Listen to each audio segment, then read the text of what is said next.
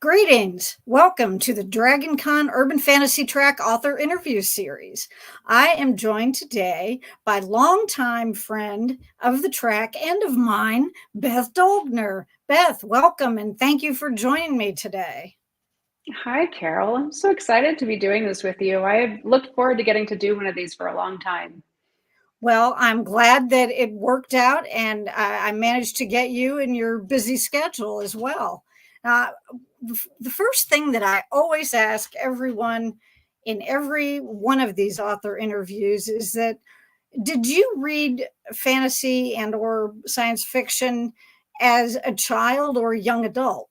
Did you get started that early? Oh, yeah. I actually blame a lot of my writing today on the fact that I grew up on a healthy diet of things like Scooby-Doo and the Bunnicula series. So I started very Well, young with my fantasy and supernatural themes. Well, that's funny that you mentioned Bunnicula because my middle grandson, who's now 14, when he was a little bit younger, and I mentioned that series to him, he's like, "But isn't that rabbit a vampire?" And I said, "Well," and he was like, "Yeah." I'm not sure he ever got to it, but my kids did when they were younger. So now your background for writing actually at least as far as publishing goes, is that you did some nonfiction prior to the fiction that you are best known for now. Yeah, and what I'm not clear on, and I'm hoping you can kind of set the scene for me, is that I know you were also involved as a cemetery tour guide. Which of those things came first, or did they kind of develop at the same time? They happened about the same time, and n never set out to be an author, and I feel like I'm kind of different in that because so many authors I know always knew or knew from a very young age that they wanted to write books, and I did not. I actually went into a career doing public relations and motorsports. Writing was always very strong for me, but I just never thought of myself as somebody who would someday write a book.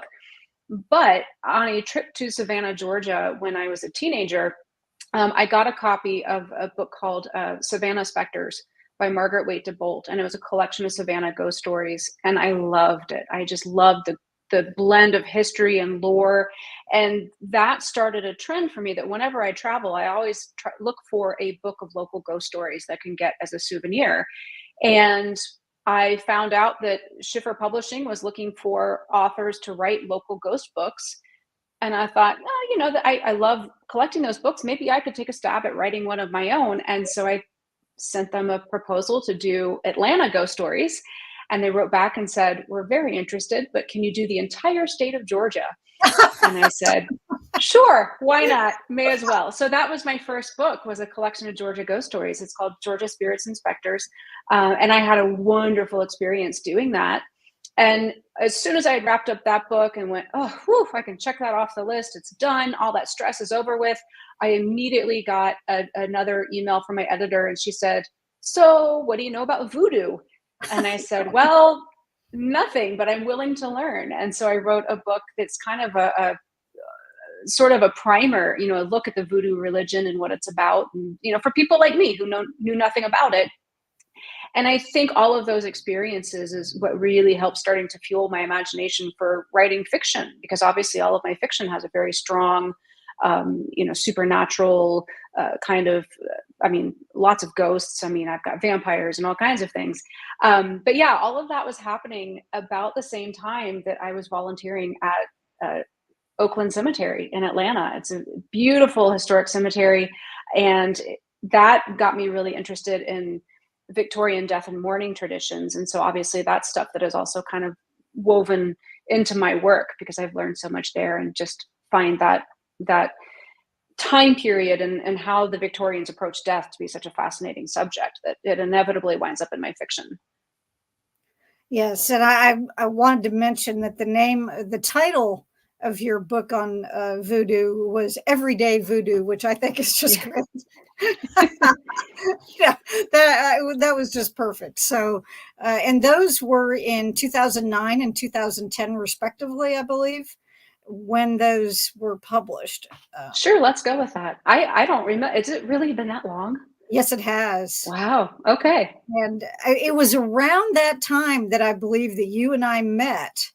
And I can't remember. I think we've first met through a mutual acquaintance through You Christine. and I met, yes, through our friend Christine, because y'all were in a book club together. And I Yes, don't know what book y'all had been reading, but there was something dealing with like a Victorian it time was period Jane or Austen. Victorian widow. Oh, yeah, okay. Yeah, And I got to I come think and that. kind of talk about like the clothing and the corsets and the petticoats, and again, going back to everything I had learned through the Victorian death and mourning customs. So yeah, and now here we are. Here we are still, yes, and we have bonded over several other things as time has That's gone right. on, Kindred spirits. which we will get to. Yes. Now, and you did mention your presentations, talks, panels on Victorian uh, death customs and mourning and all of that, and you. So that was something else I wanted to ask you about. So you made the perfect segue into that yourself. And how did you develop? I mean, you had the interest, and that was kind of fueled, I believe you said, by working at Oakland. And then how did you end up getting involved in doing something with that knowledge? And you've done panels at Dragon Con, you've done online panels, you've done things for me when I ran the Anacrocon Classic Horror track. And so there are a bunch of things that you have done with that particular topic. Yeah, I was volunteering at Oakland and in the gift shop, actually. Yes, there's a cemetery with a gift shop. They have all kinds of Yes. fabulous things for sale. Yeah. And, just learning about the history of the cemetery and the people buried there inevitably led to learning more about um, how Victorians dealt with death and how they approached it. There's so much symbolism at the Victorian cemeteries, not just the things that are carved on the headstones, but even the plants that are planted in the plots have some kind of symbolism and meaning. And I just found all of that fascinating, especially when, in our modern times, we tend to be so reluctant to talk about death. We're very hands off about death. People die in hospitals rather than at home more often.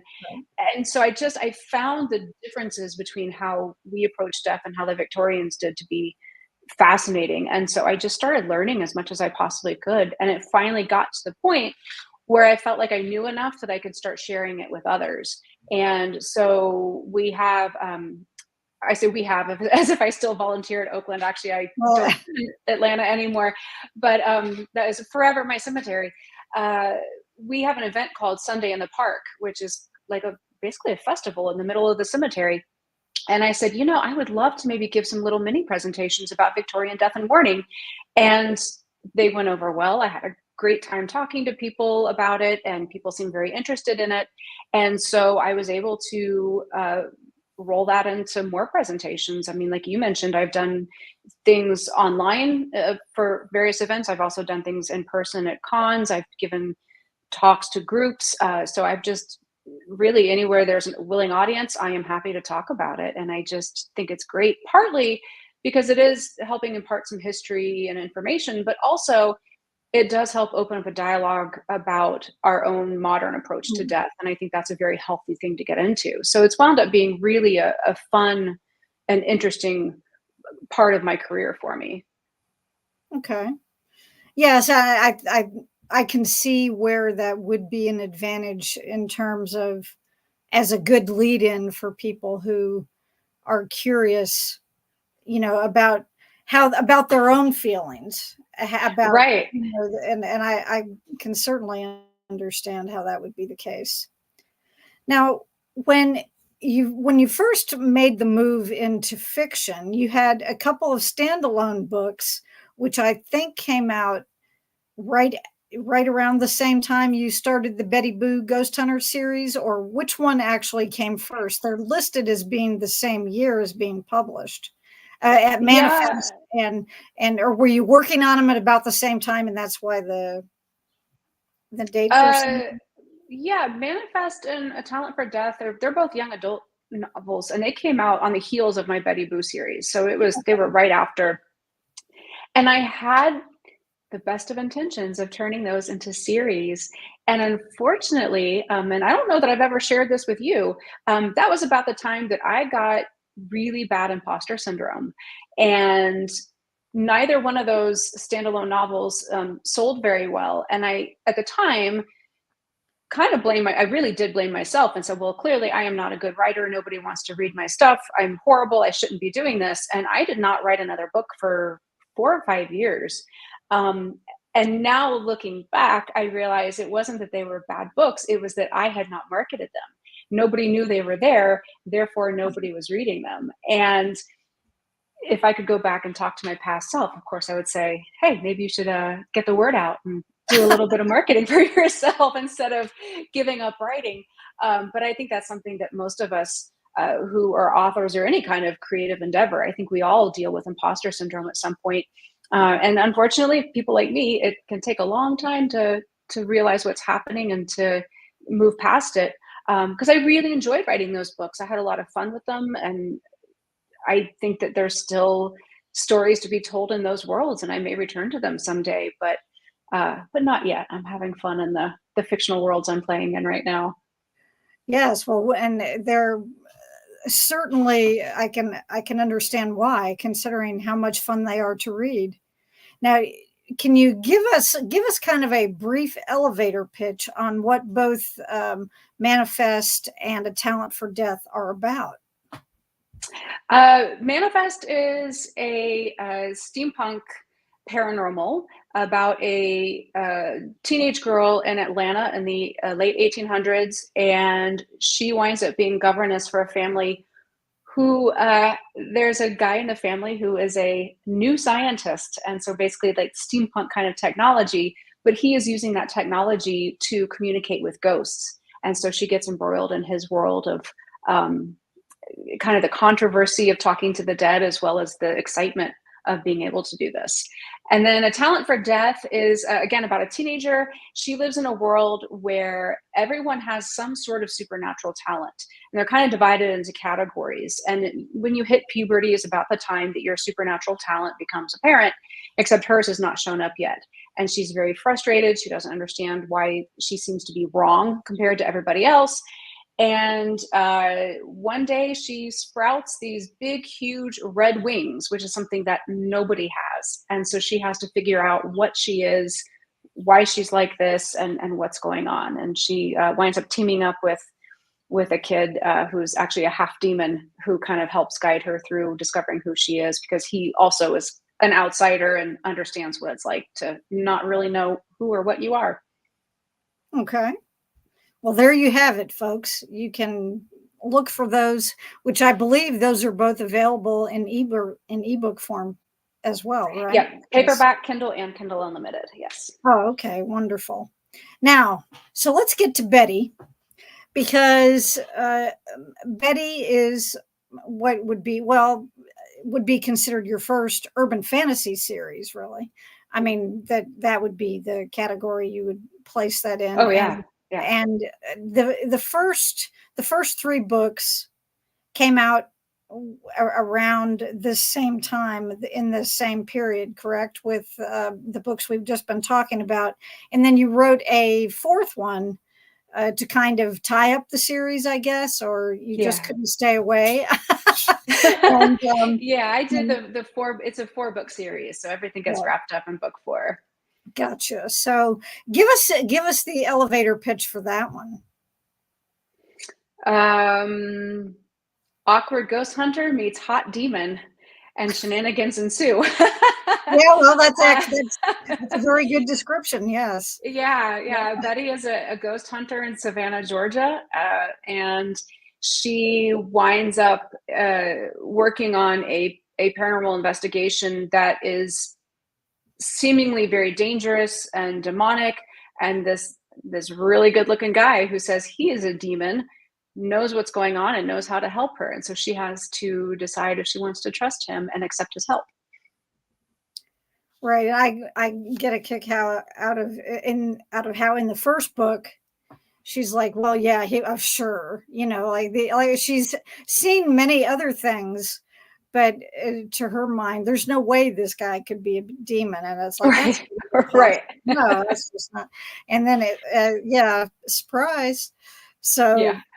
okay, and the way that she gets her nickname, Betty Boo, is because of what she does, but it's part of her actual last name. So I thought that was very clever too.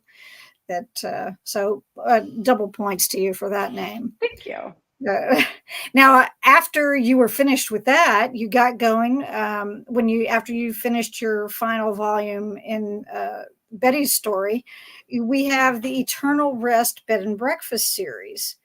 And what's your elevator pitch for that one?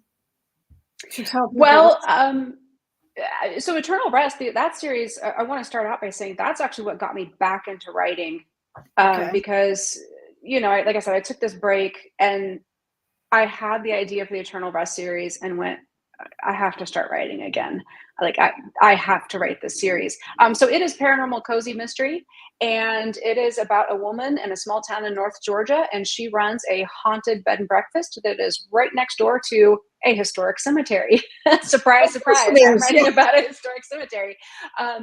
But my heroine Emily, her best friend, is a psychic medium, and so the two of them team up to work with the ghosts of murder victims to help solve their murder. And it's a lot of fun to write. Very lighthearted, very fun escapism, but with lots of ghosts running around. And there are 7 books in that series, correct? And Correct. Yeah. now is that one finished, or do you envision going back and revisiting Emily at some point, or? I am going to be revisiting Emily very soon. So, book 7 wraps up a story arc that begins in book 1. Because when Okay. we meet Emily, her husband was killed in a car crash about a year and a half prior to book 1 beginning. And she has never been able to find his ghost, which she finds odd. She feels like he should be there somewhere and able to communicate with. And by the end of book 7, we know what happened to Scott and why his ghost hasn't been around. We get that resolution.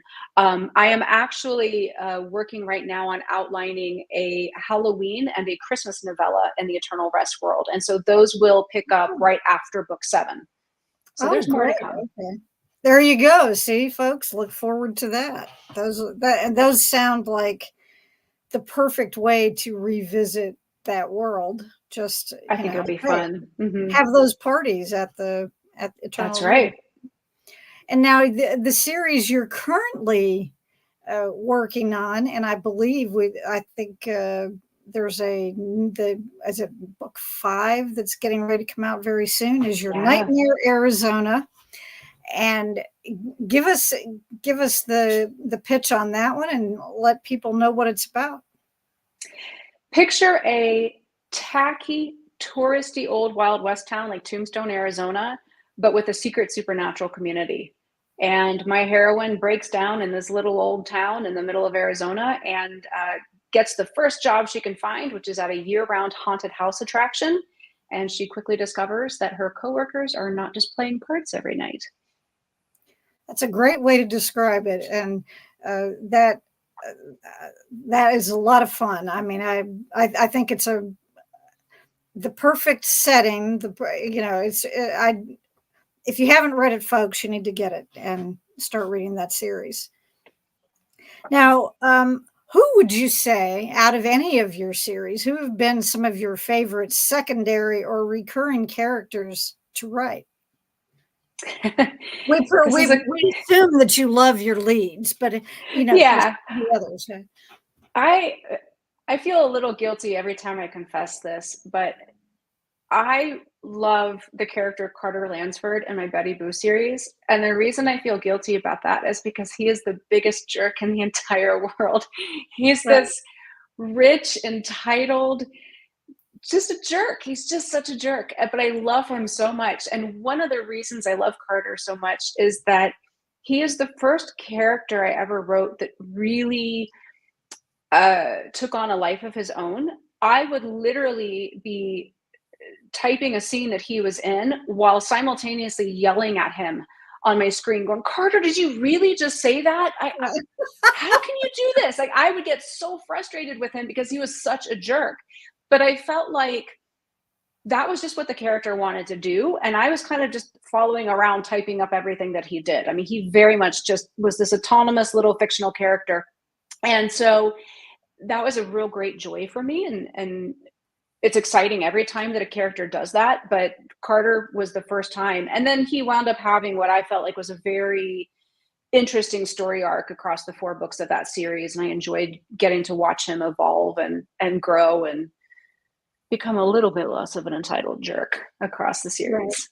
Well, and it's got to be a little bit fun to write somebody like that who's ostensibly one of the good guys and yet is a jerk at the same time. So, you know, that just that in and of itself must make him at least interesting. If you know. And then, ironically, I am just now realizing that I have a character in my current series who has your name but your last name. His name is Malcolm. He is another one of my favorite secondary characters. Malcolm is a supernatural creature, but when we meet him, we don't know. I knew what he was from day 1, but my readers have to wait until book 5 to find out.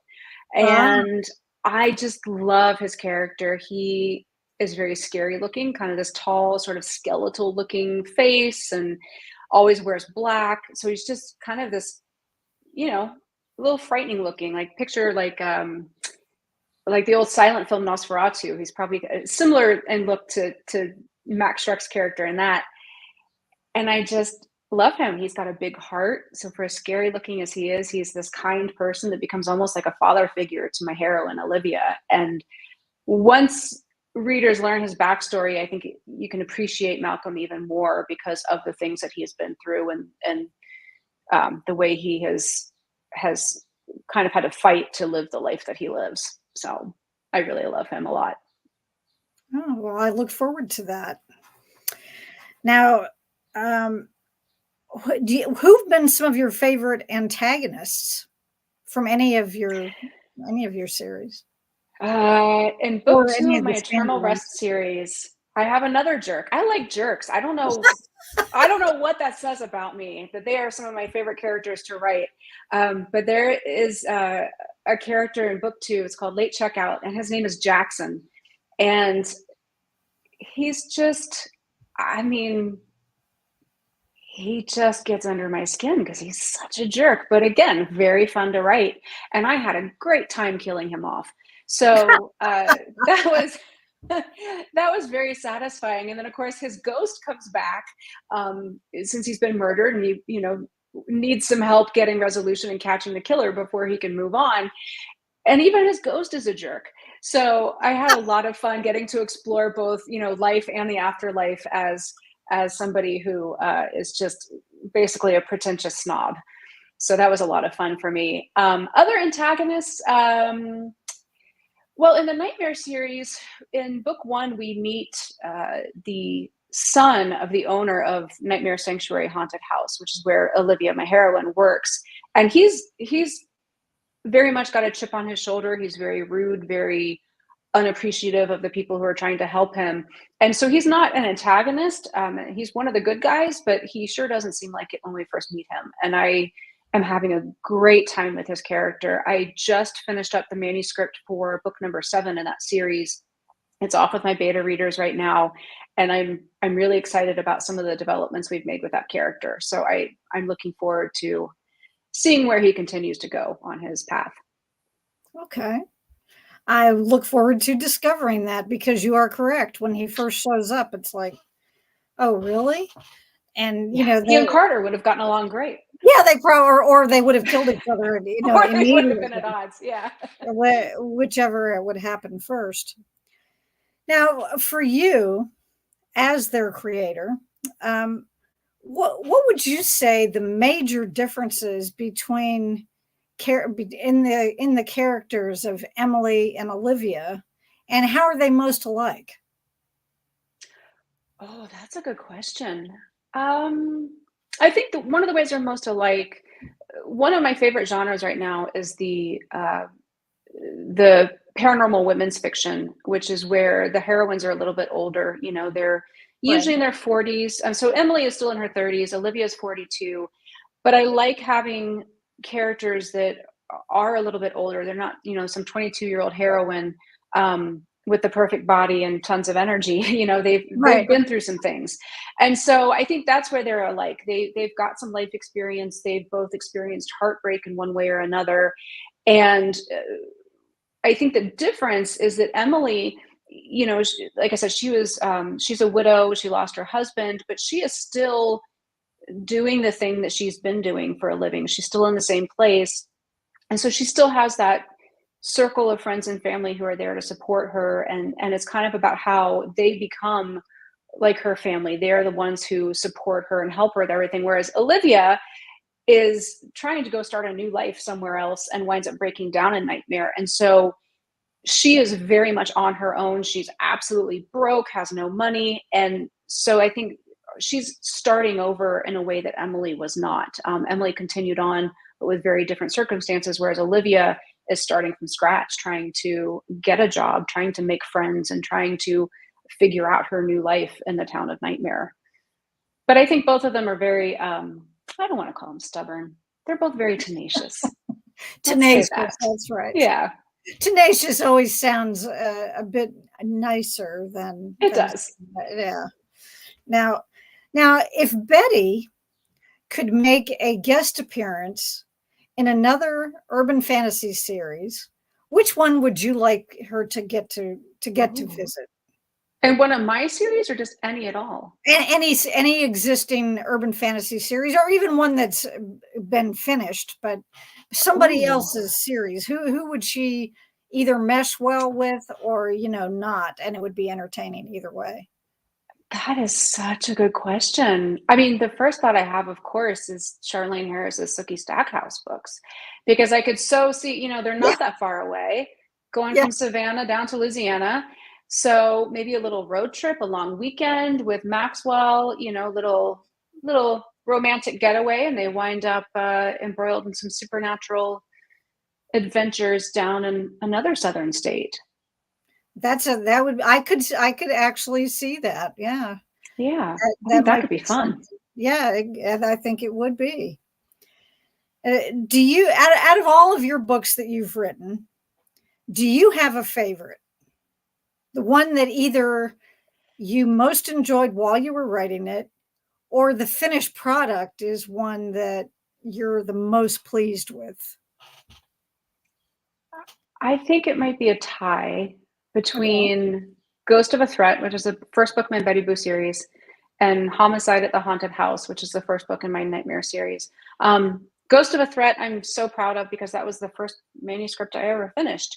And actually, I had grand plans of getting it traditionally published, and went through the whole process of getting myself an agent. And unfortunately, my agent had to retire early from her job, and so I found myself back at Square square one, one, more or less, yeah. and went, oh no, I don't want to go through this whole process again, and made the decision to self-publish it. And uh, no regrets, things worked out great. I absolutely am grateful for the way things worked out, but I was just so proud that that manuscript, like, not only did I finish it, but I also got an agent for it, and it still sells copies now. How many years later? Like 14 years later. But then Homicide at the Haunted House, I'm really proud of that one, because I, I am an East Coast girl. I born and raised in Florida. I lived in Atlanta for 20 years, and now I live in Tucson, Arizona. And we came here 2.5 years ago, and I have never felt so out of place in my entire life, because I, I mean, all the plants here are trying to kill me. Like, they're all sticky and sharp, and it was just, the desert landscapes and not having grass everywhere. It was just such an absolute, like, shock to my system, and so unfamiliar from everything I'm used to. And so I channeled kind of all of that discomfort into the character of Olivia, and all the fish out of water feelings that she was having about, she's from Nashville, and suddenly she's in the desert, and all the plants are trying to kill her too. And so I felt like it was almost therapeutic for me to write that book, because it kind of helped me process my own feelings and getting used to being in a new place. And so I'm just really proud of how I was able to take what could have been a negative experience and turn it into something so positive and something that has wound up being um, so magical for me. So I think that was really a big moment in my career to be able to do that. Well, if you can, yes, if you can take real life experience literally and turn it into, a fictional world that people enjoy, that has to be satisfying. So Yeah. I get that. And was there one of your books that you particularly struggled with, that just that either Um, just wasn't working out the way you wanted, or I think, I mean, there's always something I struggle with, it seems like, right? but probably one of the ones I struggled with the most was book 4 of the Betty Boo series, Ghost of a Hope, because I knew from the start that I wanted Betty and Maxwell to have a happily ever after. But he's a demon. So how do you do that? How do you get this immortal demon and a mortal human to have a happily ever after? Like that doesn't seem to work. And so I had to find a way to make it work. And I just could not figure it out. I just didn't know how it was going to happen. I didn't know how it was going to end the series. And my husband and I were going to Florida, and we were on the road. He was driving. I was in the passenger seat, resting my eyes, as I like to do. And Yeah, I guess my subconscious had been really working on that resolution, because I woke up and it was like, I know how it's going to end. I've got it. And I got so excited, and I said, I need to write it down right now, but I don't have a pen. I don't have a notebook. And my husband said, well, why don't you just record it on the recording app on your phone? And I said, that's perfect. So I dictated all the steps that had to happen for this happily ever after. And it was a huge relief to me, because I had just been really struggling with that story.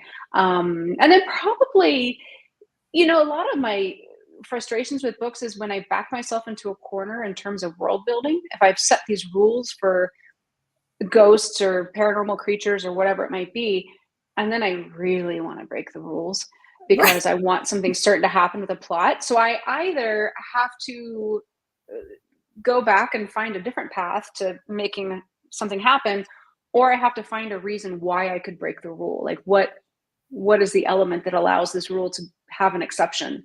And so I think that gets tricky. Is sometimes, when you're planning book 1 of a series and you're doing the world building, you're obviously not thinking about, at least I'm not thinking about, what's going to happen down here in book 7. So when you get to 7, you have to get a little creative sometimes. Right, right. And you know that there are people who've been reading the series all along, that if you step out of line, they will tell you, I'm quite sure. So, Oh, they know. I have one reader who she literally makes notes as she's reading the books to keep track of all the characters and the right, different rules and things. So yeah, I know that people are paying attention, and I have to keep playing by my own rules that I've made up, or people are going to call me out on it. But I appreciate that. I think it's wonderful that people are paying that much attention and are that invested in the worlds that I'm creating, that they know what is allowed to happen and what isn't, and they'll let me right, know right. if I break my own rules. Now, what can you tell us? You've mentioned that you've got these novellas planned. Can Mhm. you what else can you tell us that you're working on? I know you've got more of the Nightmare series. Is there anything? Those are some of the things we can look forward to from you next. Is that correct? Yes. So the Nightmare series is going to be at least 10 books. Oh wow! So Good. yeah. That And again, there's a story arc that starts in book 1 and it's going to get wrapped up by book 10. I promise people the resolution is coming. And then I'm going to be publishing a trilogy that's going to be about a woman who goes out to celebrate her 40th birthday. And she wakes up the next day at sundown, lying in a crypt. There is a dead man next to her, and she has a really strong craving to drink blood. So that's going to be about a woman who gets turned into a vampire on her 40th birthday, and how she has to get used to being a vampire, but also figure out why there's a dead man next to her. Did she kill him and suck his blood, or did somebody else do it? What happened? So she has to solve that mystery, and that's going to be a trilogy. Oh, that sounds very intriguing. And when can people look forward to that, do you think?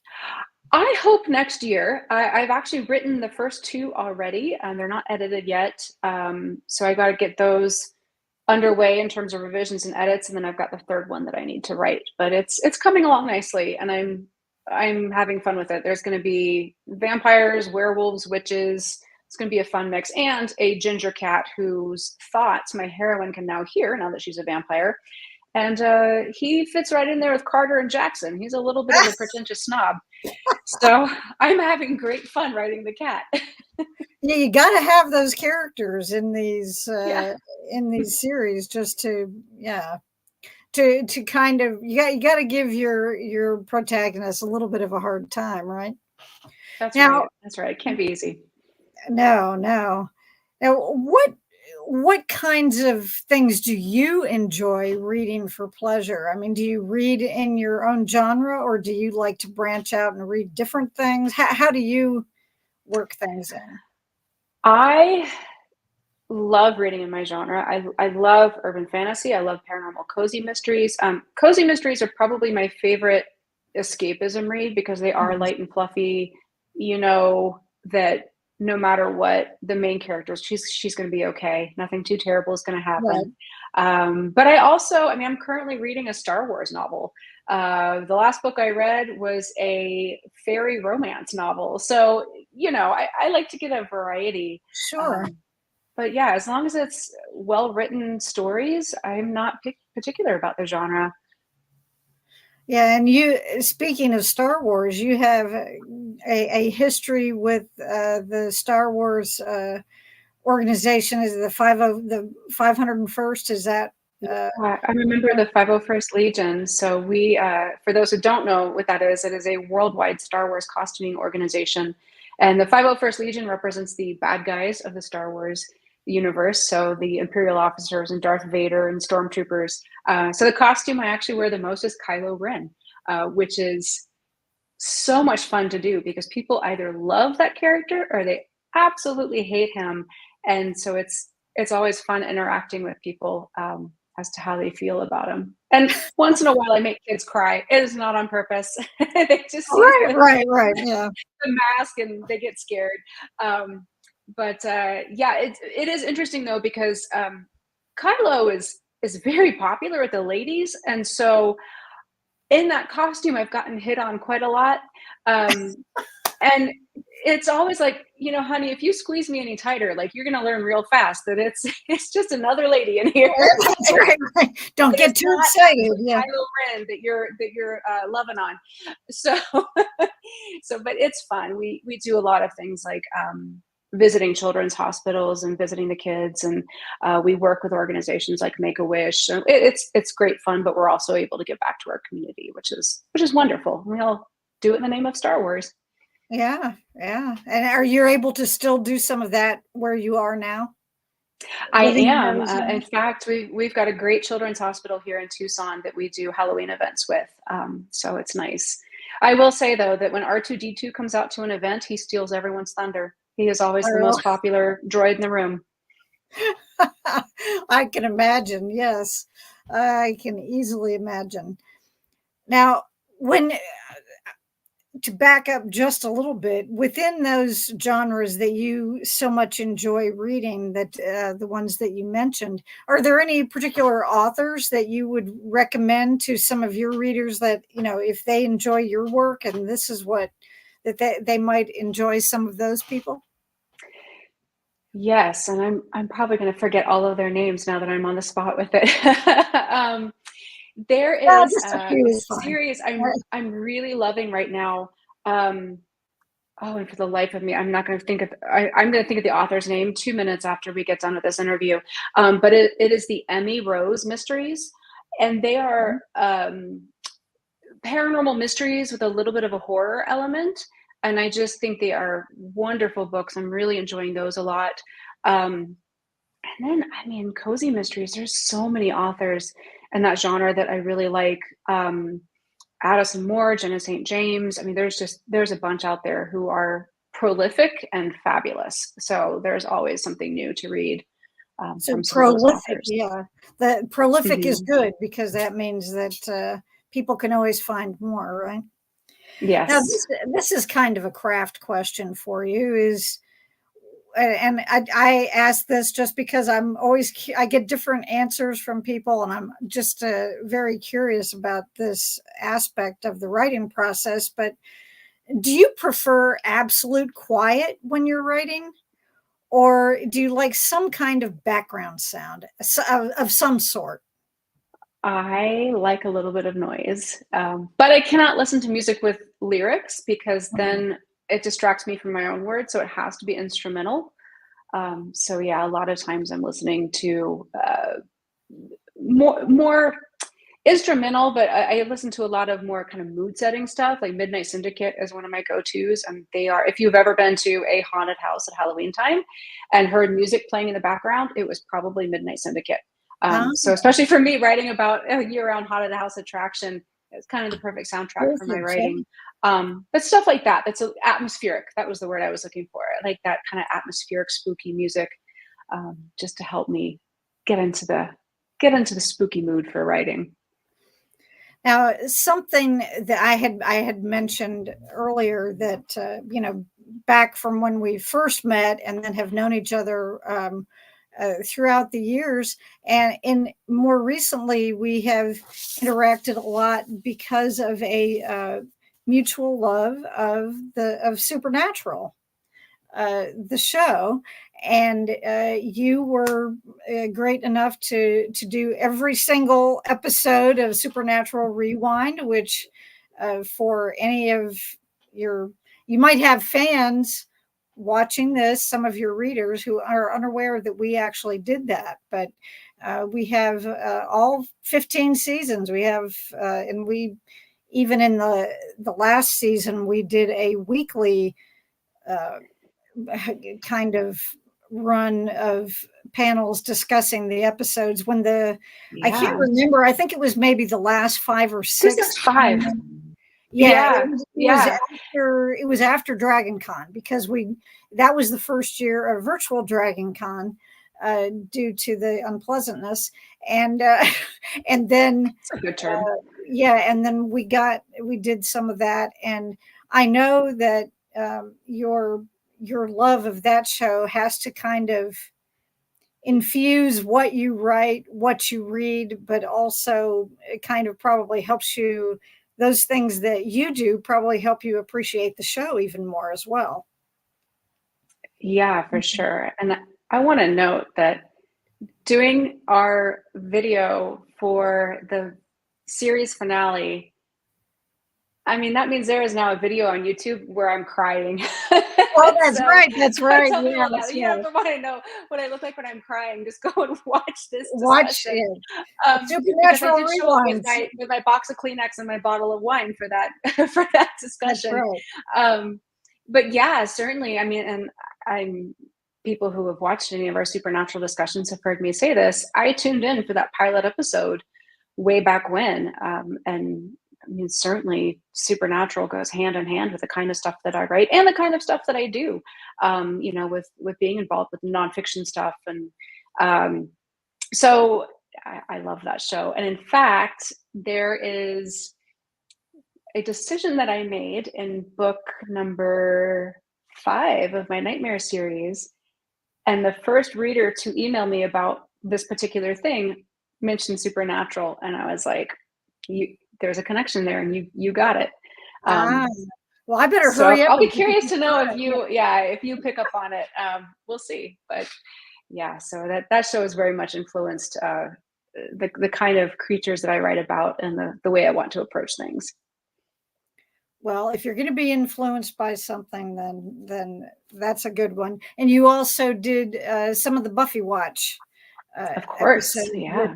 with us as well. So, uh, with both of those, and of course, I've always appreciated your willingness to do things at Dragon Con, and we will look forward to seeing you again in person. I, it's hard to believe that it's only 4.5 months away, and it's like what, I know. or I'm so less than that. excited. actually. So I let's just say 4 months because yeah. So there's going to be a lot to do, a lot to discuss, and some of which I'm sure some of your readers will be there to see. And I do want to thank, first of all, you, Beth, for being here to talk to me today. This has been wonderful. I want to thank all of our viewers.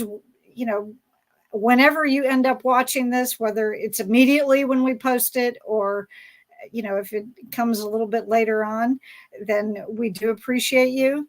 I will say that I'm also going to be doing the Lost Girl season 5, our final Lost Girl revisited panel is going to be on the 29th. That is a live panel. So if you're a Lost Girl fan and want to tune in while we're doing it and interact with us, we'd love to have you.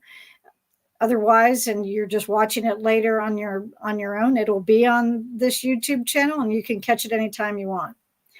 Beth, thank you so much for being here today. I really appreciate it. I hope that everyone will make sure, if they have not checked out your books in the past, that they will do so now, and they can find information about where to find you and your books in the description of this panel. Thank you so much, Carol. I always love being on your YouTube channel and on your panels. Well, thank you very much. I appreciate that. And we will look forward to seeing you at con and hopefully some of our viewers from today. So thanks, everyone, and have a good rest of your day, Beth. We'll see you soon. Thanks. You too. Bye, y'all. Bye.